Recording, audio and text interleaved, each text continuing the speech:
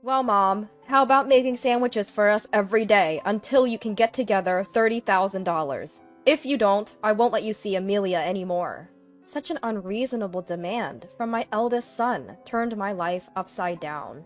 Before dawn, I was making sandwiches for his family and delivering them, then heading to the care facility.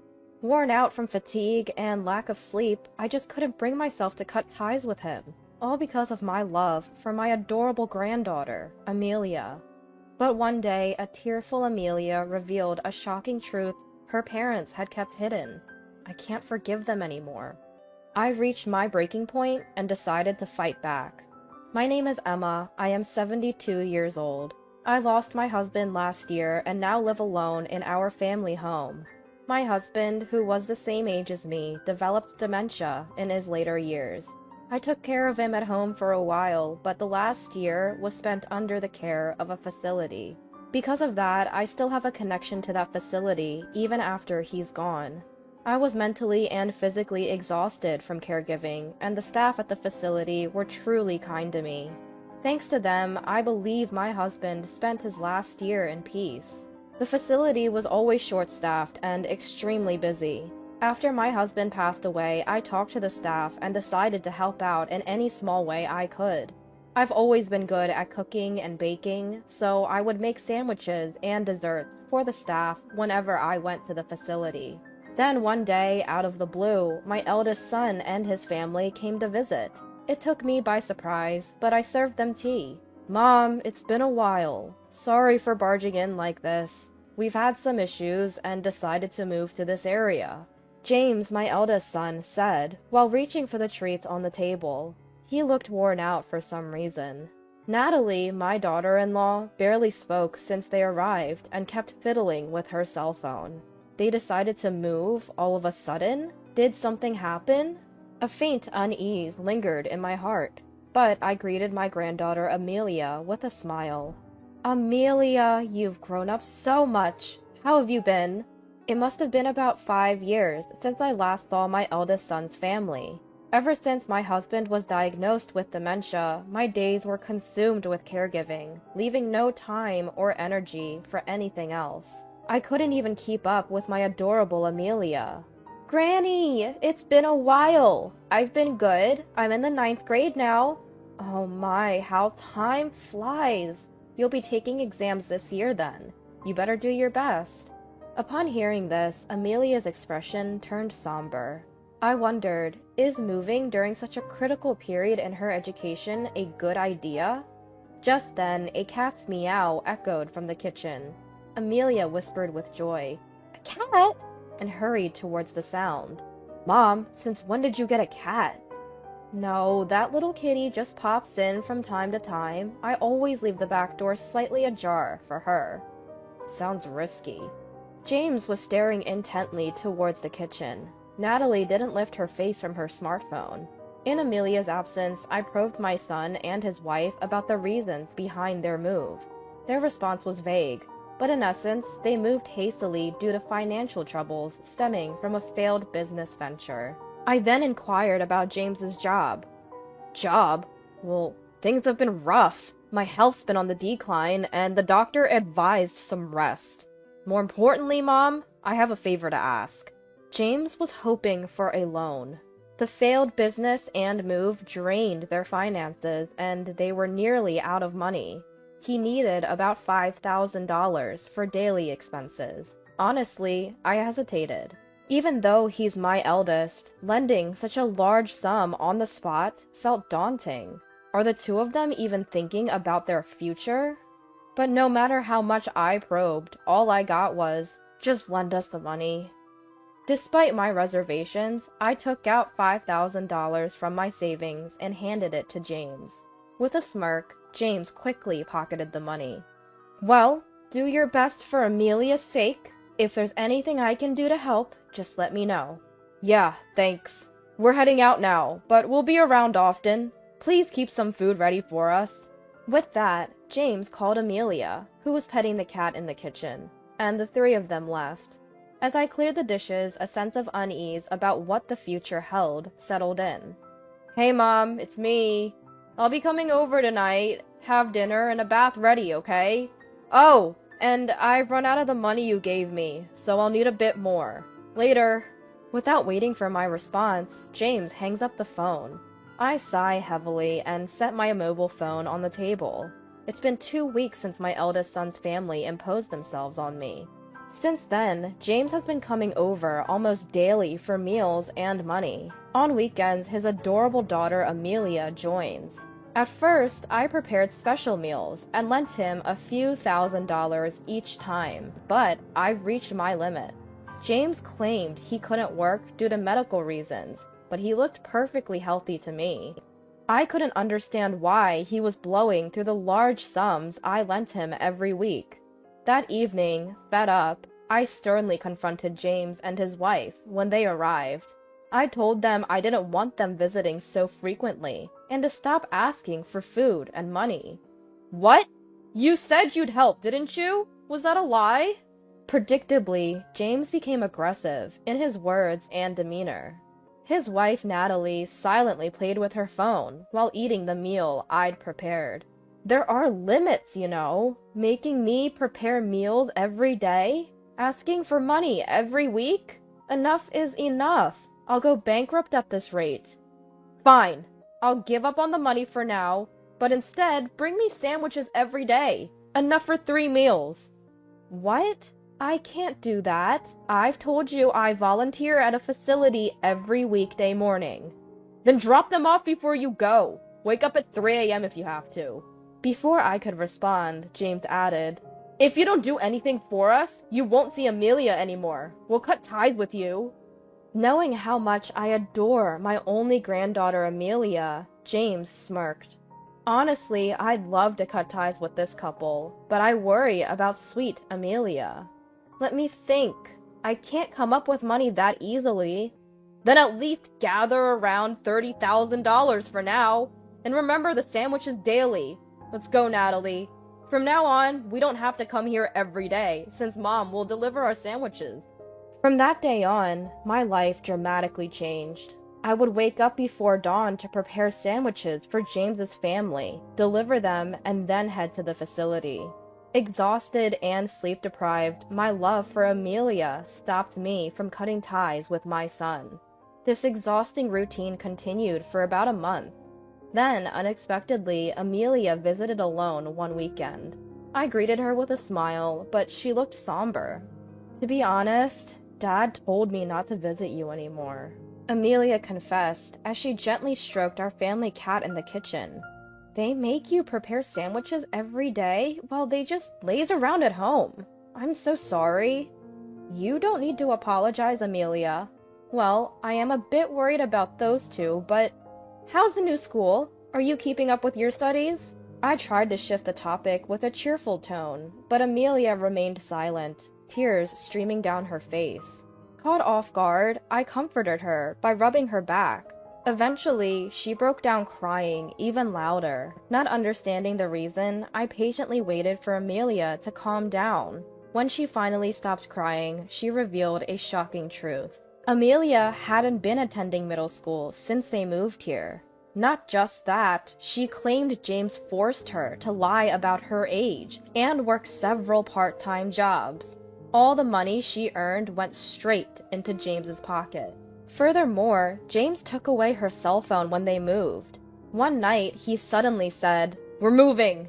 And she was forced onto a truck without even saying goodbye to her friends or teachers. James had forcefully made her promise not to tell me, her grandmother, about all this. I was dumbfounded by the shocking revelations pouring from Amelia's tear-filled eyes. It seemed as if they had moved, secretly, in the dead of night. What could have possibly happened to my eldest son and his wife? That's how it was. Amelia, you've been struggling all this time? I'm sorry I didn't notice earlier, but thank you for telling me. No, I should apologize. I didn't want to upset you. You know, I overheard Dad and Mom talking about you yesterday. They were planning to secretly take some sort of property deed from your place, and then pretend you have dementia to place you in a facility. I just couldn't hold it in anymore. Unable to hold back, Amelia began to cry again. I hugged her tightly. No matter what, I couldn't forgive my eldest son anymore.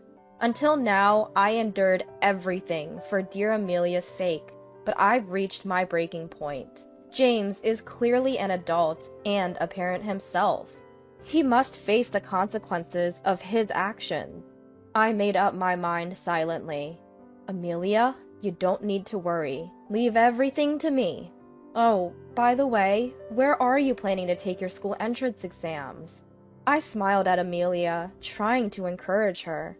Amelia, her eyes red from crying, looked a little comforted. Well, I want to go to a place called Winchester Culinary School. With everything going on and lack of money, I might not even be able to apply. Oh, the Winchester Culinary School! I know it. It's a vocational school for cooking and baking, right? The person who founded it was in the same class as your grandfather and me. It's a good school. Really? That's amazing! I love the dishes you make. I want to make people smile with my cooking, just like you. After that, Amelia shared her dreams with me. She told me that despite her tough circumstances, she never gave up and continued studying diligently. I encouraged Amelia and made her promise to continue her studies. After seeing Amelia off, I quickly took action.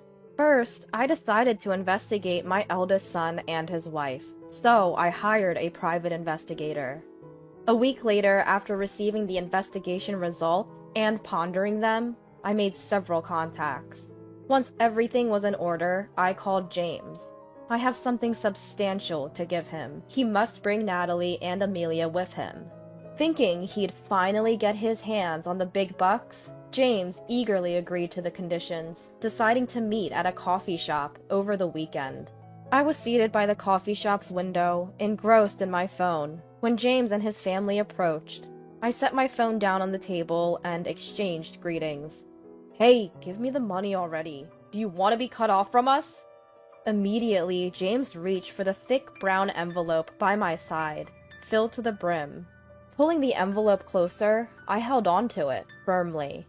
If you really want, we can sever ties. But before that, I have some things to confirm with you.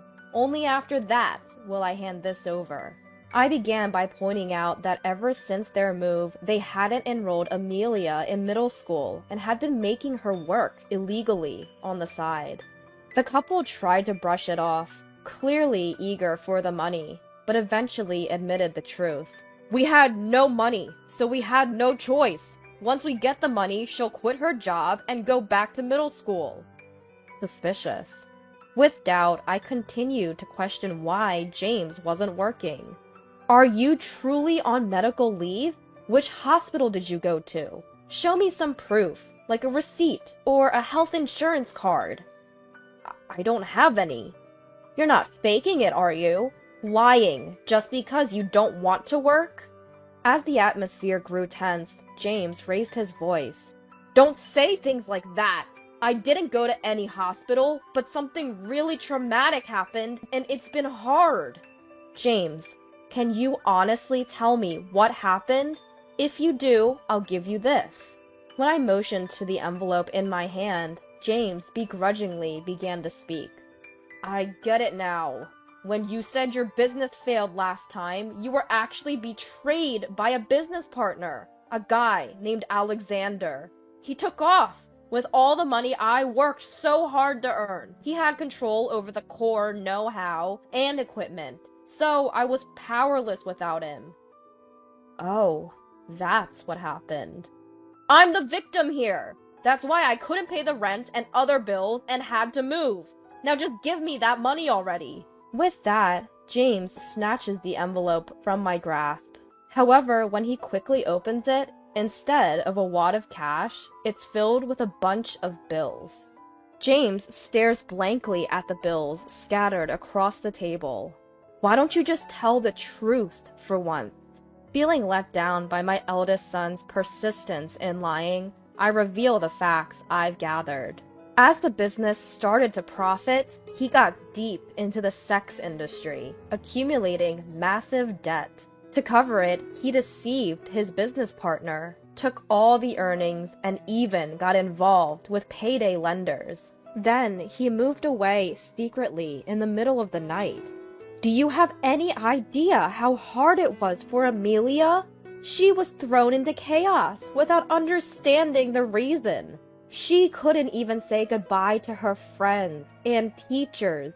And you took away her phone? Do you understand how scared and hurt she felt?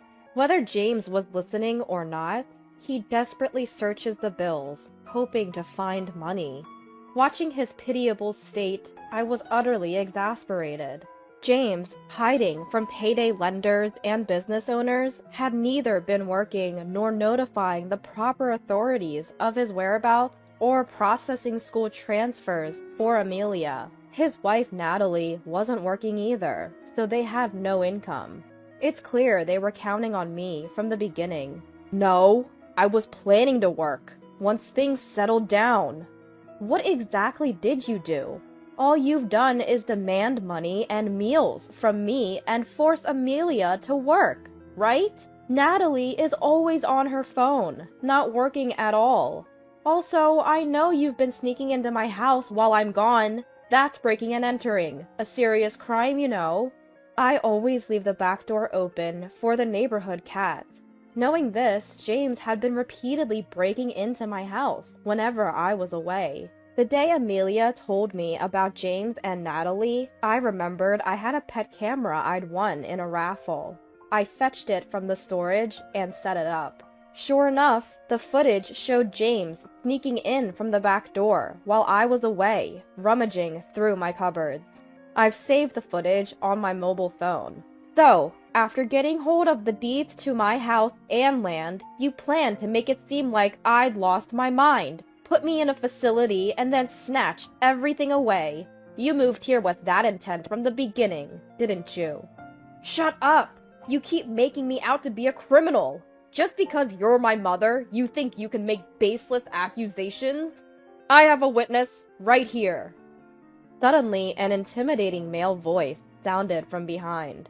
James, upon seeing the man, was shocked and jumped. What? Alexander? Why are you... Emma contacted me. I heard there was a discussion today, so I came from far away to participate. Good to see you, James. Looking well, I see. Saying so, Alexander took a seat next to James, effectively blocking his exit. It's my first time meeting him, but Alexander is quite an imposing middle-aged man. I'm surprised James dared to cross someone like him. James, return the money now. There are officers waiting outside. I filed a police report. Pay up or turn yourself in. Decide now. Hearing this from Alexander, James hurriedly looked towards the window. Just as Alexander said, a police car was parked right outside the diner, with an officer standing there, looking our way while on his phone. James looked shocked by the scene, his eyes wide as he instinctively moved back in his seat. Wait! Alexander, I was wrong! I'm truly sorry. I'll pay you back, I promise. I wasn't running away. I just needed a little more time. Just a bit longer, please. Maybe another 2 weeks? So you plan to sneak out in the middle of the night and move again. You think I'd trust the words of someone who's lied to me once? I'll ask one more time. Will you return the $30,000 you stole from me now, or will you go to the officer outside? Which is it? Finally, he'd be arrested. A tangible, profound fear overtook James, sweat forming on his brow. Trembling, James just stared at the table silently for a moment. Eventually, James's bloodshot eyes slowly turned to face me. Hey, Mom, are you okay with this? If I get arrested, Amelia will be the daughter of a criminal. Your meddling has ruined your sweet granddaughter's life. If you don't want that, give me the money. Alexander, I'm sorry to interrupt, but could I borrow your cell phone? Mine isn't working right now. I need to dial this number. Cutting off James's desperate plea, I abruptly addressed Alexander. Ignoring the dumbfounded James, I took the phone that Alexander handed over willingly and dialed a number. Switching the call to speaker mode, I placed the phone on the table. Amelia, I'm calling the dean of the Winchester Culinary School. I've already briefed him about your situation. Please, have a chat with him. Amelia was visibly flustered. What? Shortly, the call connected, and a flustered Amelia picked up the phone. A deep, calm male voice came through from the other end. Hello, this is William. Oh, hi! My name's Amelia. I love my grandmother's cooking. And I want to be able to make dishes that bring joy to people too. I want to join the Winchester Culinary School. It was a call with the dean of the prestigious Winchester Culinary School. Amelia, filled with nervous excitement, tried her best to convey her feelings. Dean William listened intently, occasionally nodding and giving encouraging murmurs. I see. Thank you for sharing, Amelia. It seems you've been through a lot. Your grandmother Emma is an old friend of mine. I'm aware of the situation. Amelia, once so excited, suddenly went silent. That's right, she had no hope for exams or the future. Like a deflating balloon, her shoulders slumped in disappointment. But you know, that doesn't matter. You have dreams and you're working hard towards them. You've honored our Winchester Culinary School by choosing it as your first step. We give everyone an equal chance and support all students, no matter their background. Come, take the test with integrity. We'll be waiting. The call ended. I thanked him and handed the mobile phone back to Alexander. Yes, Amelia will be fine now. I can turn myself in without any worries. James's face went blank, and he froze. For those who might not know, the Winchester Culinary School is where Amelia wants to study. It's a professional cooking school. Despite the challenges from her clueless parents, nothing will hold her back. Amelia looked at her father. Her cheeks were still flushed from the tension of the call, but her eyes sparkled. James looked deflated, avoiding eye contact, clearly embarrassed. Prompted by Alexander, James exited the diner. The officer put away his phone and started talking to James. It's disheartening to see your child in police custody, but I want James to take full responsibility for his actions. I picked up the mobile phone left on the table. I had previously consulted with the officer and had him on the line during our conversation. With everything recorded, even James can't escape this time. And one more thing. I turned to Natalie. Throughout the confrontation with James, she seemed disinterested, constantly fiddling with her phone. Natalie, James is with the officer. What will you do? She only briefly met my gaze. Huh? I don't care about that man. I'm divorcing him soon anyway. Amelia looked shocked and turned to her mother. Wait, what about Amelia? Your marital issues are yours, but you need to consider Amelia. I've made up my mind about what I want. I'm tired of his wasteful spending. I just want to live on my terms now. Tears quickly filled Amelia's eyes. With a father like James and now her mother, how much more hurt would they inflict on their daughter? I felt more disheartened than angry and sighed deeply. Later, a resigned James confessed all his crimes at the police station and is still being interrogated. He owed $50,000 from the sex industry, took $30,000 from his former business partner Alexander, and borrowed $20,000 from payday lenders. The total amount he siphoned from me was around $20,000. Of course, both Alexander and I intend to claim every penny. As his mother, it's heartbreaking. I hope this serves as a lesson for him to deeply reflect and atone for his sins. Natalie, being James's ex-wife, was also interrogated. During this, it was discovered she had been scammed.